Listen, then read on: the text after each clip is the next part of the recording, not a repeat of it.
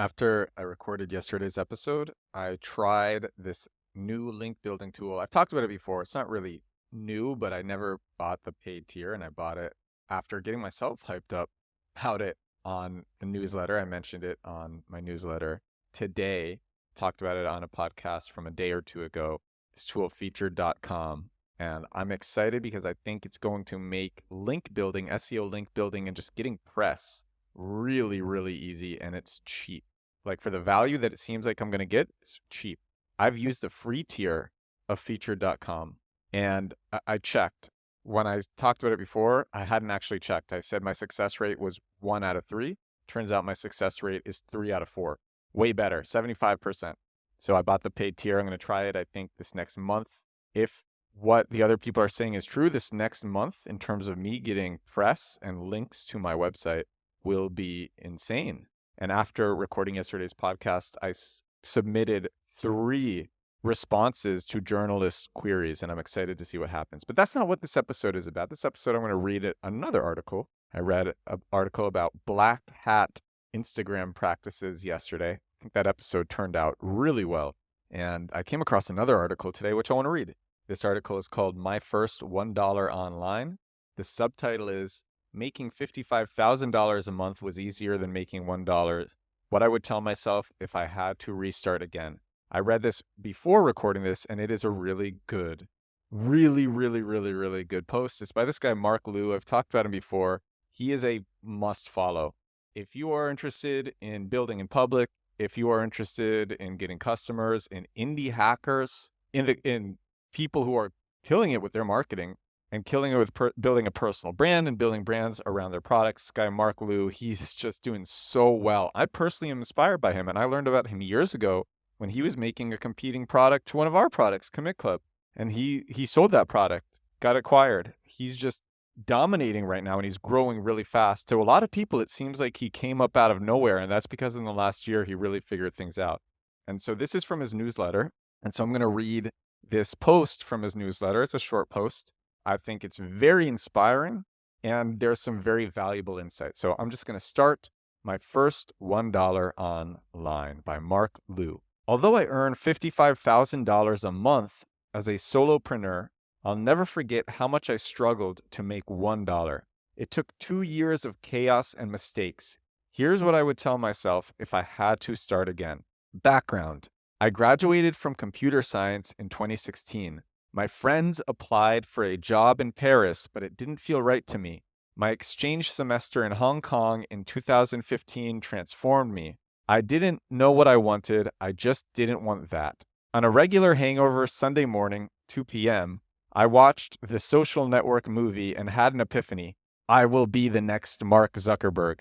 My secret unicorn idea? Tinder for sports lovers. I spent an entire year learning to code because I was partying instead of studying at the university, asking people to sign an NDA to listen to my idea, designing a logo and business card. And then he shows a picture of him as a waiter and has a caption, I was making $10 an hour and believed I was Mark Zuckerberg.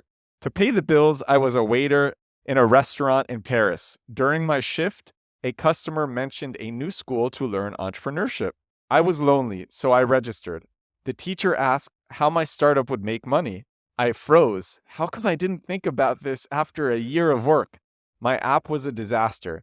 Users couldn't even sign up, and I was the only user. My relationship with my girlfriend wasn't working either. On March 10th, 2017, I quit everything. The next week, my parents drove me to the airport. I cried in the car. My friend Sasha was waiting for me in Seoul, South Korea. We raised $100,000 from angel investors and built an AI startup with 2 employees. And then he shares a picture of himself with some other guy. He's speaking on stage. He's wearing a button-down shirt. And the caption for this picture is 10% real work, 90% pretending. We were trying to reverse engineer flight ticket pricing to predict their future prices. 9 months later, we had a bad product, no income, and I was wearing the same shirt every day. So I quit again. In December 2017, I was broke in a foreign country and had zero self-confidence. I started to smoke again. I smoked for 7 years in university and stopped when I arrived in Korea. After reflection, a pattern started to emerge. Big goals, big failures. I saw an ad on Facebook selling gloves for couples, one big mitten to hold hands together. I decided to copy and sell them on Facebook for Koreans. As a product-obsessed engineer, I didn't think about dropshipping. I had to build a product. A lovely Korean grandma knitted 50 glovers. Gloves for lovers. I was quite proud of the name. And he shares a picture of himself and his Korean girlfriend, and they are using one of these glovers.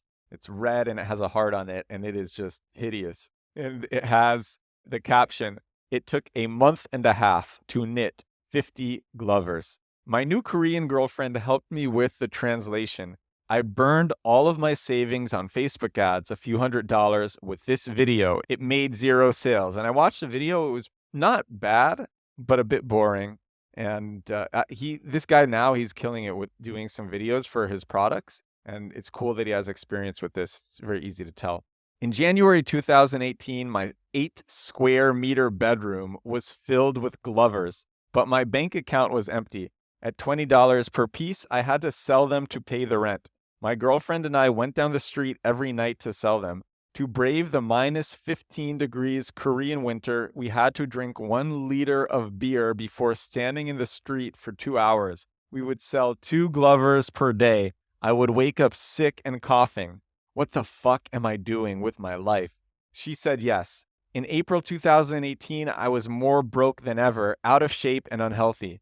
I needed a big change. I applied for a second role acting to pay the bills. I would get a call once or twice a week and get paid $200 per gig. Then I started to work out every 2 days for clarity of mind. 20 minutes of intense jumping rope. I got shredded in 1 month. Finally, I set a simple goal. Make a single dollar online with code. To avoid another failure, I focused on problems, not products. Every business wants to grow, so I decided to build a gamified marketing tool for escape rooms. At a startup event, I met Andre, a talented marketer who became my friend. He said, "Why don't you sell it before you make it?" I'm an engineer. I love building. Marketing, not at all. But I failed for 2 years, so I decided to listen.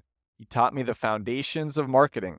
After a few cold emails, Daniela from Time's Up Escape Rooms in Australia wanted to learn more about the product over a quick call. And then he shares a picture of himself, and I don't even know what to call this. It's just a little room. It looks like a closet, literally a closet with a single sized mattress on the floor. And he's taking a picture of himself in this tiny room with a big goofy smile on his face. On Friday the 13th, 2018, I was in Osaka, Japan for a 3-day visa run. I just had a bad night of sleep in the cheapest guest house. Oh, that's what it was. In the cheapest guest house I could afford. 9 a.m., I was in the common area. It was hot and the Wi-Fi was bad. The call started. There are no words to describe how cringe I was. So here's the intro of the sales pitch. And I listened to it.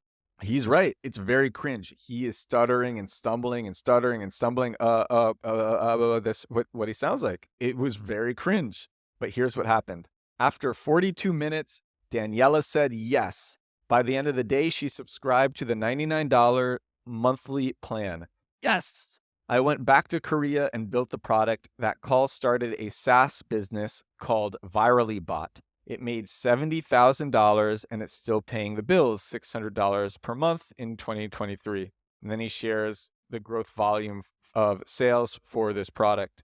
What I would tell myself if I had to restart. Forget big startups, try making $1 online first. Movies and media make unicorn founders famous, but making a living with your craft is the deepest source of happiness. Listen to relevant people. I didn't question my friend Andre about marketing. I applied everything he taught me. Hard times build strong relationships. My Korean girlfriend with the gloves project is now my wife and my best friend. Success happens quicker than expected. Make a radical U-turn, throw away the past, and restart. Eat healthy, work out, and sleep well. It impacts all your decisions. Don't fall in love with your product. Ship fast and launch fast. One feature with a buy button is enough. Your customers will shape the rest of your product. Wherever you are right now, I root for you. So that is my first $1 online by Marc Lou. Such a good post. And Marc Lou, this guy is crushing it. So happy for him. Very authentic person online. A lot of people are taking notice to Marc Lou. If you haven't heard of him yet, you'll probably hear of him soon. And this is, I think, just a really great post. Don't build in stealth mode, build in public. That's how I started my TikTok. This brand now, this podcast just started with me wanting to be known for building in public. So I couldn't, it was too much work on Twitter doing build in public on Twitter. And I started a TikTok called Build in Public because I thought there wasn't as much saturation for build in public on TikTok.